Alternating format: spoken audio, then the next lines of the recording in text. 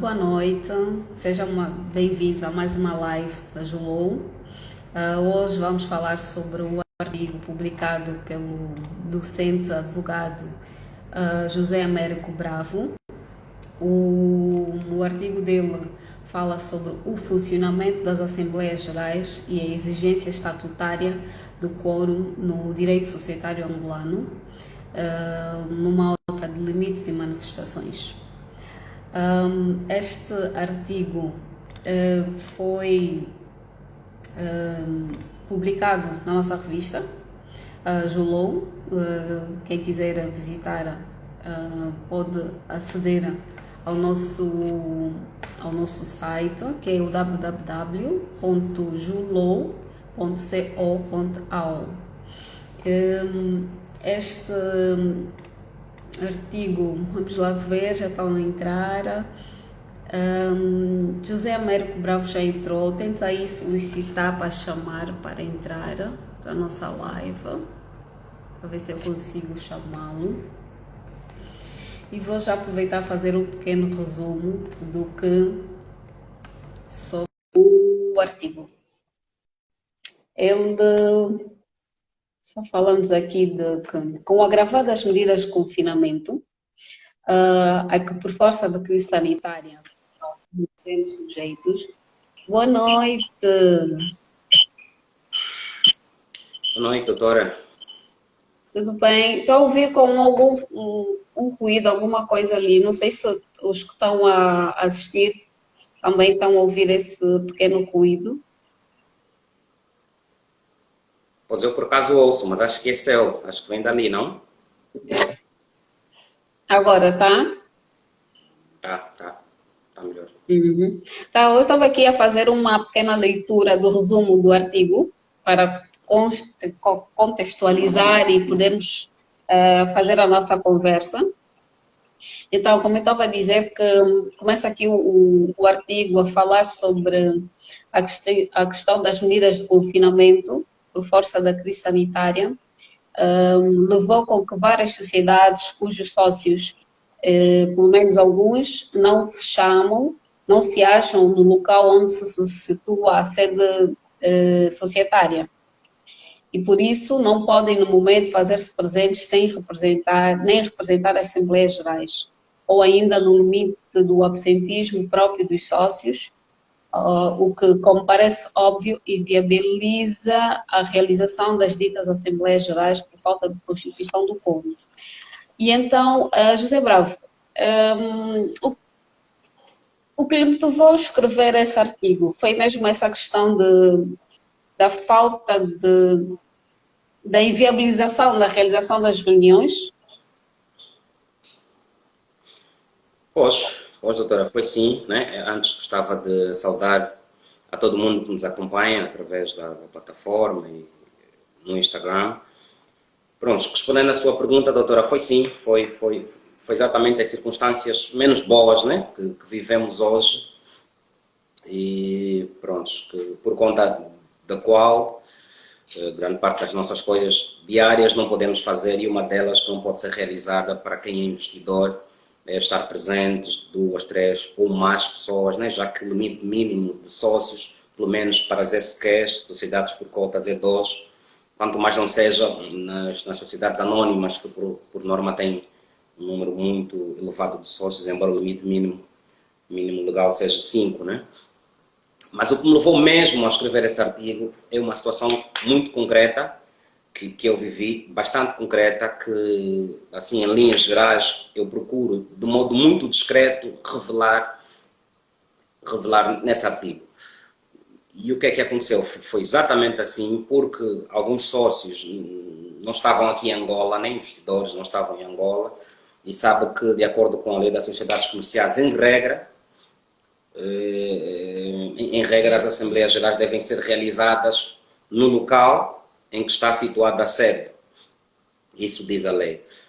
E então os sócios estavam, grande parte deles, fora do nosso país e não podiam se fazer presentes, pelo menos não fisicamente, nem manifestaram o desejo de realizar a Assembleia Geral com recurso às novas tecnologias. Tampouco fizeram, e por isso é que nós dissemos no artigo, por absentismo próprio, se fizeram representar nas Assembleias Gerais.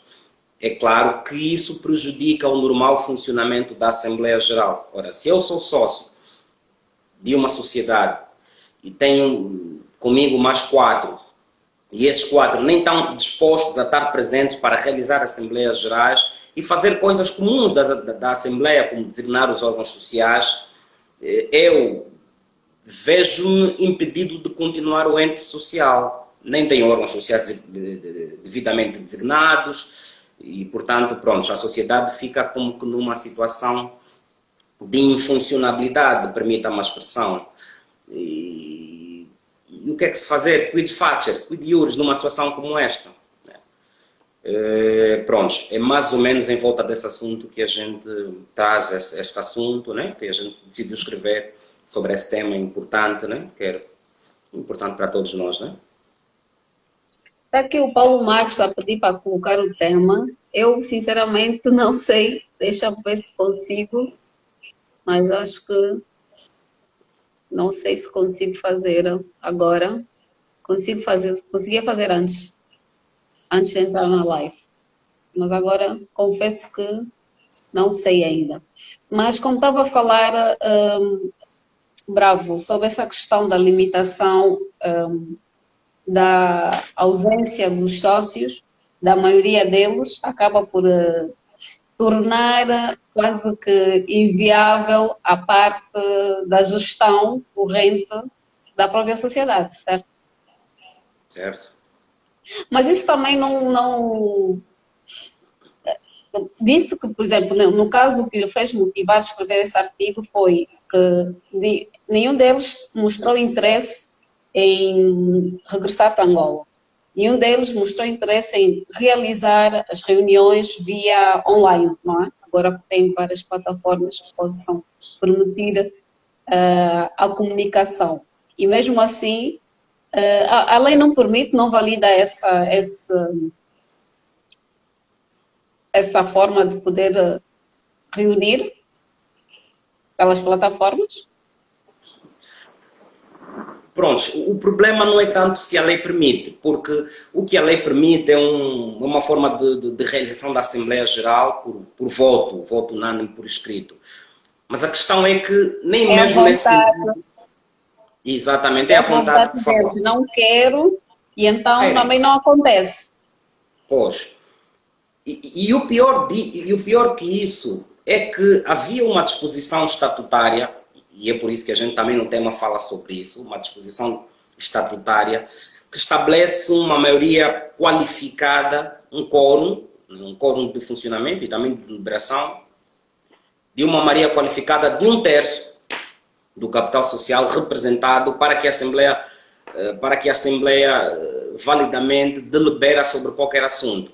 Na verdade, se não houvesse essa disposição estatutária, neste caso em concreto, o que a lei diz é muito simples, faz uma primeira reunião, convoca-se os sócios, uma primeira convocatória em primeira data, e essa convocatória tem que cumprir as formalidades legais, designadamente publicação no jornal de maior circulação, enfim, com todos os requisitos legais, independência ao prazo também, e depois é realizada a Assembleia Nacional, a Assembleia Geral. Até aqui tudo bem. E a lei diz que se não for possível realizar em primeira convocação, realiza-se em segunda convocação, independentemente do quórum, ou seja, independentemente da presença de um número máximo ou mínimo de sócios. Mas o que aconteceu neste caso específico é que os estatutos da sociedade exigiu uma maioria qualificada, quer para as deliberações tomadas em primeira convocação, bem como em segunda convocação. Ora, aqui víamos uma situação mesmo de grande dificuldade, porque, a par do regime legal, que até permitia isso ser feito em segunda convocação, naturalmente havia o regime estatutário que foi estabelecida pelos sócios, né, de acordo com a liberdade contratual, porque a lei também permite, né, nos termos do artigo 11 da Lei das Sociedades Comerciais. Prontos, os sócios decidiram e entenderam fixar este limite, né, à intervenção na deliberação das Assembleias Gerais.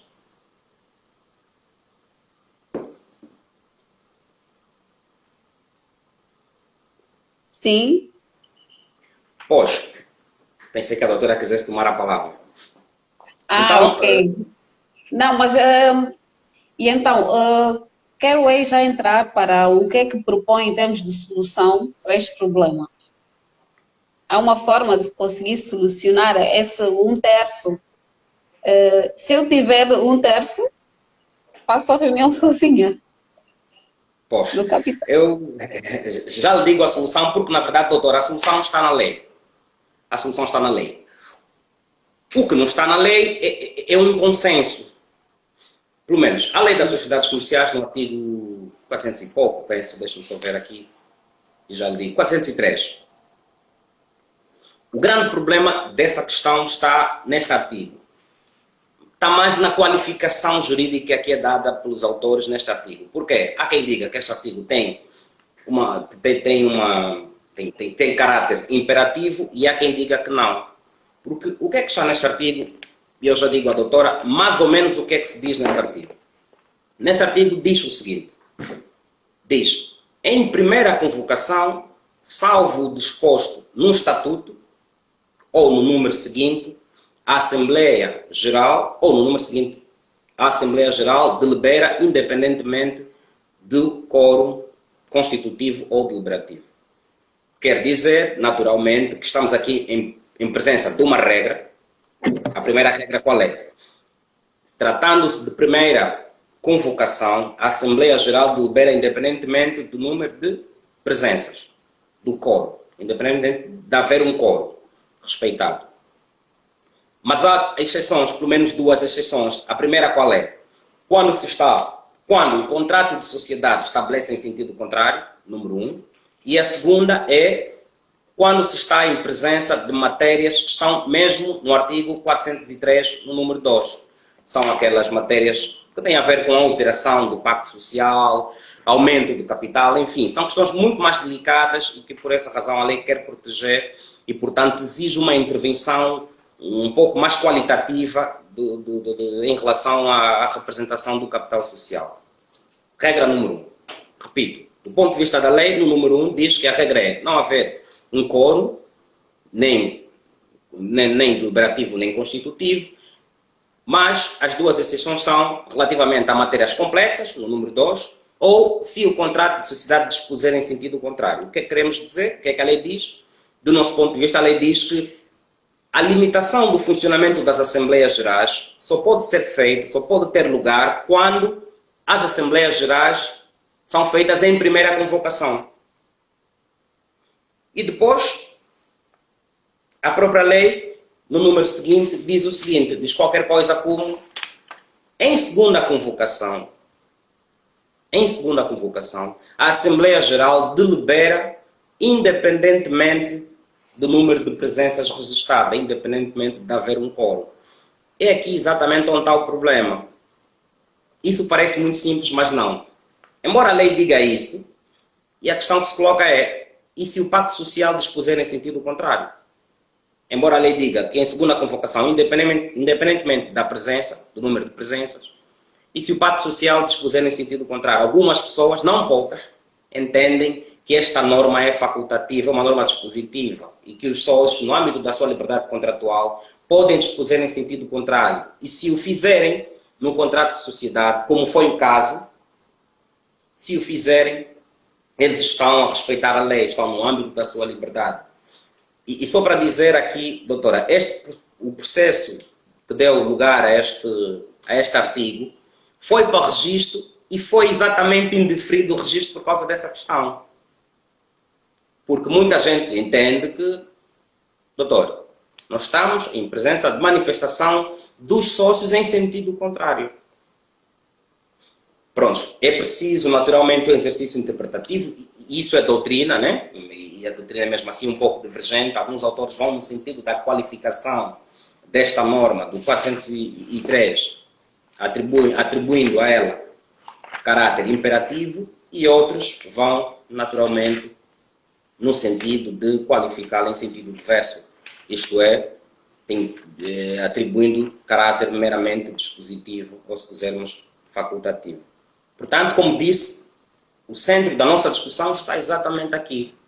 qual é o caráter, qual é a característica, a natureza da norma contida no artigo 403 da Lei das Sociedades Comerciais.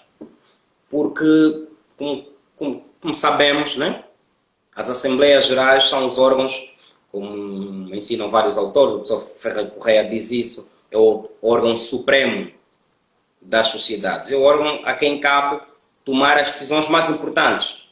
Embora haja outros órgãos, como a administração, né, que têm tarefas mais ou menos ligadas à gestão corrente do dia a dia, mas há aquelas questões que têm de ser mesmo levadas ao órgão supremo para uma apreciação, para uma discussão, para uma votação.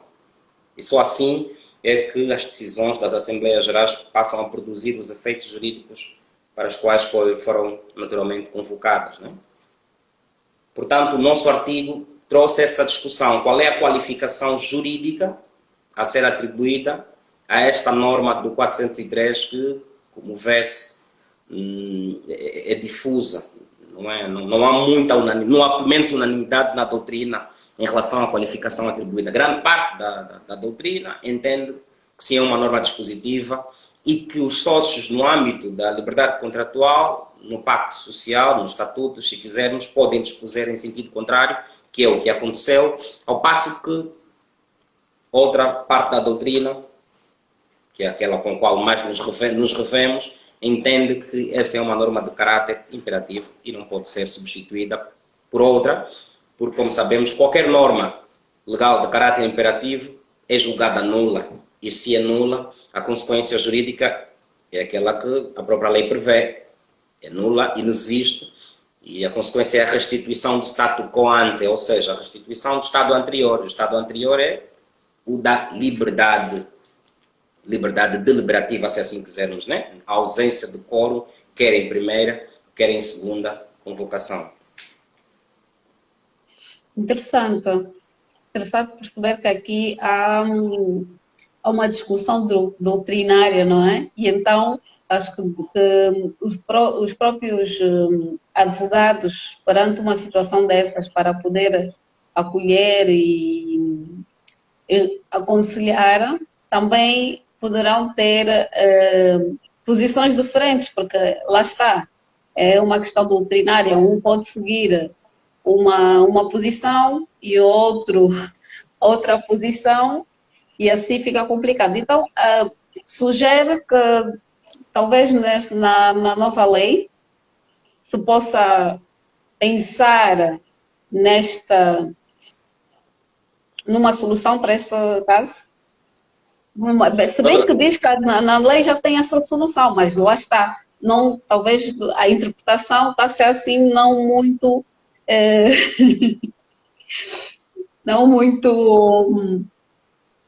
clara para cada um. Cada um está a fazer a sua interpretação. Talvez aí ter uma norma bem mais... talvez aí dizer o legislador tem que falar mais, mesmo para não haver dúvidas relativamente à sua interpretação. Pois é, doutora, do meu ponto de vista, essa questão está clara. E nós, advogados e juristas, temos essa... Às vezes, pensamos um pouco demais com o devido respeito que nos merece a opinião contrária, né? A lei não podia ser mais clara do que esta, por isso é que existem normas com caráter diferentes, umas são imperativas e outras são facultativas. E, aliás, um dos critérios de interpretação jurídica nos aconselha a olhar para fazer recurso a vários elementos, não apenas o elemento literal, mas o elemento teleológico, enfim, o elemento sistemático também. E tudo isso sugere que, disposto como está essa norma, ela veio exatamente, como diz o professor Ferreira Correia, grampear a capacidade deliberativa das Assembleias Gerais. É que imposições só podem ser colocadas em sede de Assembleias Gerais em primeira convocação, mas em segunda convocação não podem haver, porque senão o que é que acontece? O ente social morre, deixa de existir.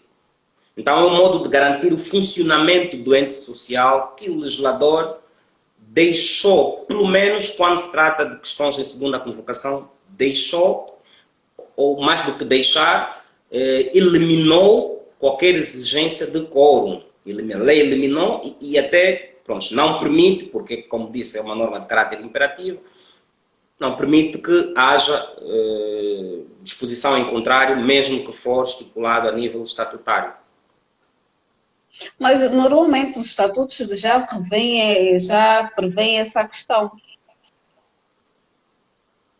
E lá está, a força estatutária obriga mesmo, né, a terem um mínimo. Pois, doutora, mas é a lei que diz, né? Nos estatutos pode dar tudo. Em regra, na verdade, foi a primeira vez que vi. No estatuto, em regra, está o essencial para que a sociedade, pronto, possa funcionar normalmente, né? E tudo o resto vale o regime que está na lei, a menos que, pronto, os sócios querem afastar o regime que podem, o regime legal possível, né? E querem estabelecer um regime diferente, ali sim. Mas grande parte daquilo que vem nos estatutos, pronto, é o que resulta da lei, né, doutor? É o que resulta da lei. Mas pronto, como neste caso, aos sócios não é dada a faculdade de mudarem aquilo que quiserem na lei. Claro. Aquilo que é facultativo, que é dispositivo, eles podem. Mas aquilo que tiver caráter imperativo não podem, porque é a própria lei que diz que são nulas as deliberações sociais tomadas com violação a normas de caráter imperativo. Portanto, no nosso caso, houve sim uma violação de uma norma de caráter imperativo e que, por esta razão, aquela disposição estatutária inexiste, é nula. E foi mais ou menos nisso que nós guiamos o nosso raciocínio, né? Entre uma norma estatutária que, por sua vez, inviabiliza o normal funcionamento das Assembleias Gerais. No fundo, o que nós tentamos explicar é se os sócios podem limitar o funcionamento das Assembleias Gerais por via dos estatutos. É que neste caso não. Doutor, imagina que neste caso concreto, se não existisse essa norma que pudesse acudir isso, e lá os outros sócios estão lá a fazer a sua vida, provavelmente tenham outros mecanismos de, enfim, né, de receitas, né? E o outro que está aqui tem interesse em continuar. Aliás, havia, por exemplo, designação dos órgãos sociais para o próximo triênio e já não havia. Por acaso, depois, até mesmo os bancos começam a fazer confusão se você for nomeado para o presidente do Conselho de Administração, para um certo período, né, um certo quadriênio ou triênio, e, e já está ao fim destes períodos. Mais atentos podem perceber, não, o senhor foi designado como administrador ou como presidente do Conselho de Administração para o período, por hipótese, 2012, 2015. Agora, em 2020, o senhor não pode praticar atos. E os outros sócios estão lá, não querem renovar, não querem designar novos sócios. Cuide-os. Como é que fica?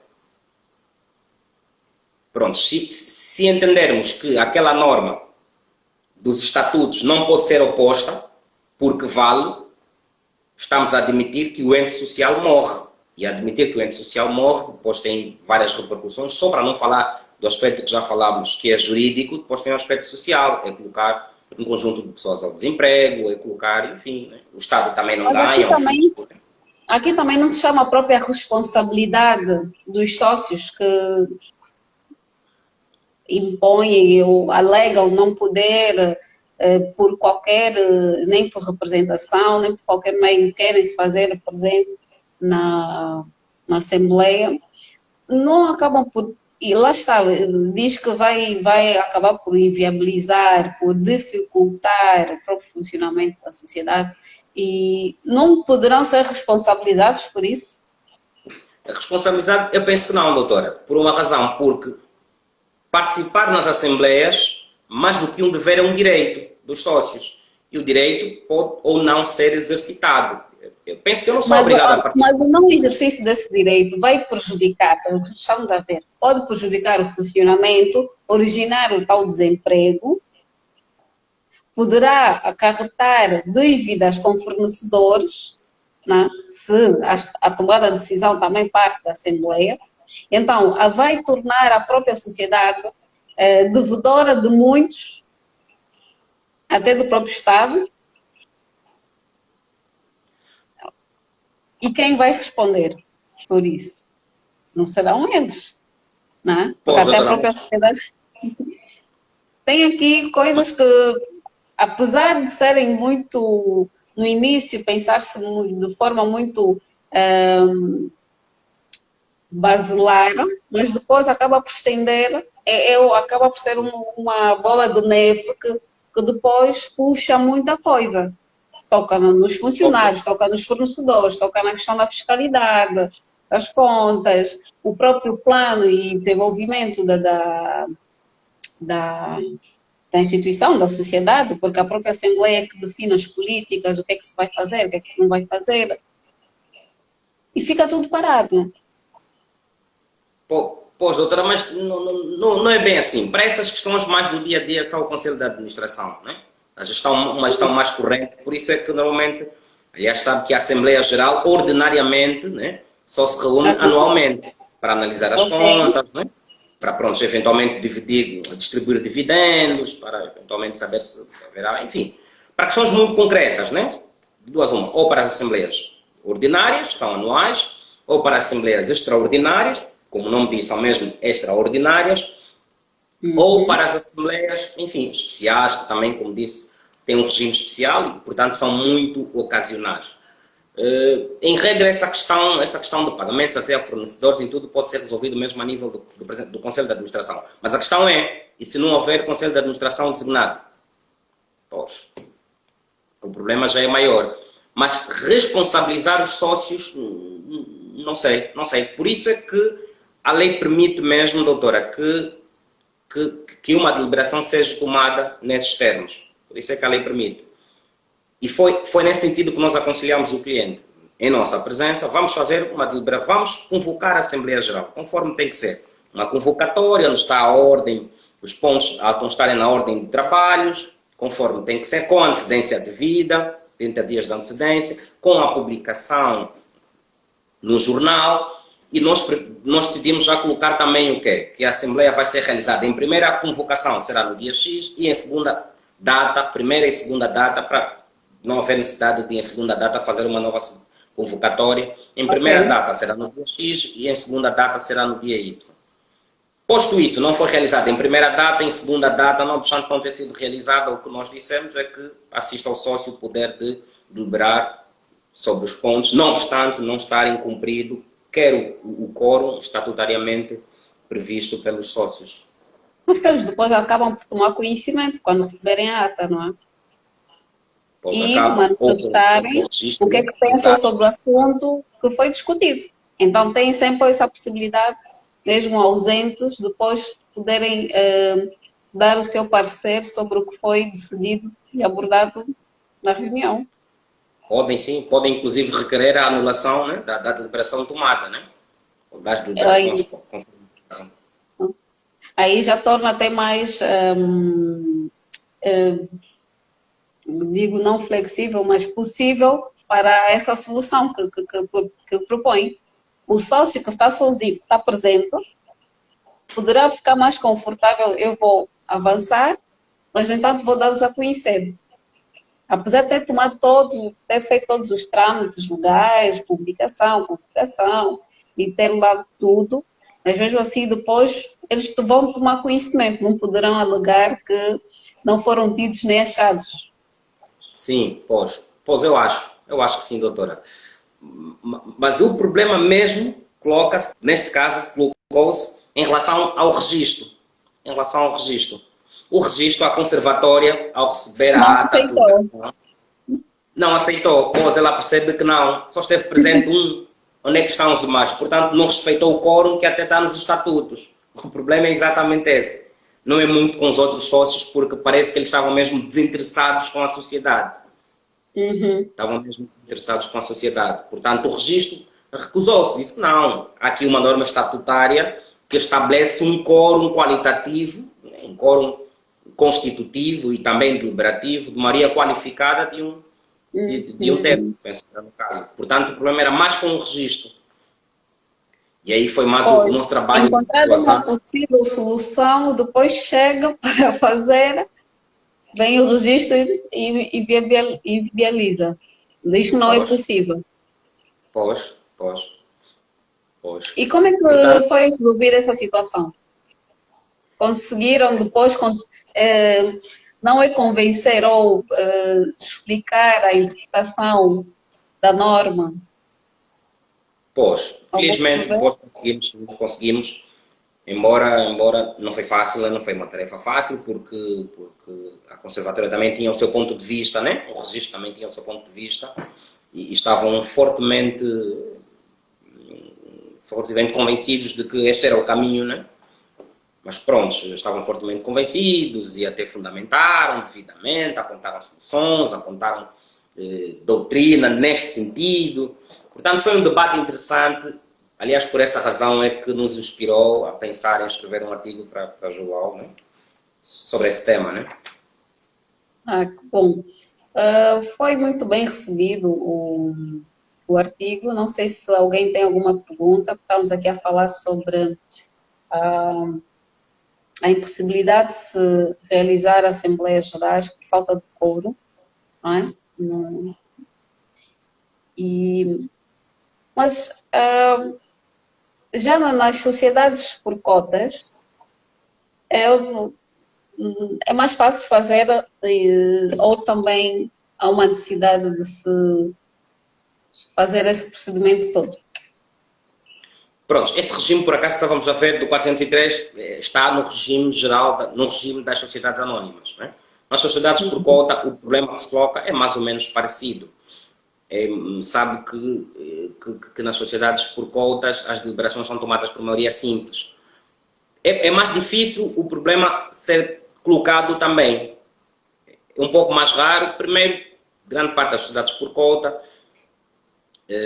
pronto, o número de sócios é muito reduzido, então muito provavelmente alguém terá este quórum, né? este número mínimo de presenças aí como eu disse, de maioria simples, né? Para as deliberações serem tomadas regra geral nas sociedades por cotas, a maioria é simples. Então mais facilmente isso passa. O problema mesmo coloca-se nas grandes empresas, porque as sociedades por cotas são, aliás, por isso é que a doutrina chama de sociedades de pessoas. São pequenas empresas em regra, né? De acordo com a sua origem histórica, são pequenas empresas feitas por pequenas pessoas, né? Pequenos empreendedores. Embora já há sociedades por cotas com um volume de negócio considerável, mas elas em regra, por isso são chamadas sociedades de pessoas. São pequenas empresas com pessoas muito específicas, né? Que se juntam com base na confiança que têm umas às outras. Esse problema é muito raro acontecer. Aliás, é por isso que nas sociedades por cota, a cessão de cota carece sempre do consentimento do outro sócio, né, que tem o direito de preferência sobre as cotas, exatamente por causa deste caráter pessoal. Então, do ponto de vista prático, é mesmo muito difícil isso acontecer, porque sociedades por cota, dadas as suas características, são mesmo sociedades de pessoas muito próximas. Agora, as sociedades anónimas, o problema é diferente, tanto é que eu posso ser investidor sócio, acionista de uma sociedade e não sei quem é o outro, quem é o co-sócio, quem são os outros, nunca sei, porque nunca vou, se calhar, nem é possível ver através das Sim, o certidões interesse é judiciais. só ser investidora, invisto e não quero saber de nada, não é? Nas sociedades por cota nós temos um interesse mais pessoal, facilmente temos que Pois. saber, ele tem que nos conhecer, se quiser vender tem que estar presente, portanto esse problema quase que não existe. Interessante, interessante. Agora, o que é que eu gostaria de partilhar mais aqui conosco, que nós não tínhamos perguntado ou passado relativamente a esta temática? Se calhar eu queria ouvir também dos colegas ali, os colegas não têm nada para dizer, não é? Eu acho Contributos que a ao tema. apresentação foi muito clara. Devem ter, eu acho que também concordam com a sua posição de que é possível realizar a Assembleia Geral só com um sócio, porque Mesmo assim que, é. mesmo que haja uma limitação estatutária. Porque o que torna Pois, interessante é essa, é quando haja limitação estatutária. Porque se não houver, está claro, é que pode. Mas quando há o problema já começa a ser mais complexo. mas mesmo assim já tem uma solução. Sim, eu acho que a solução está na lei. Eu acho que a solução está. Que a sua interpretação é. que pode também realizá-lo. Na verdade, não é a minha, é da lei, é da lei, é de vários autores. Nesse sentido, vai o professor Ferrer Correia, vão vários outros pensadores, né? Porque no fundo nós também ancoramos a nossa posição, vai o professor Menezes Cordeiro, por exemplo, né?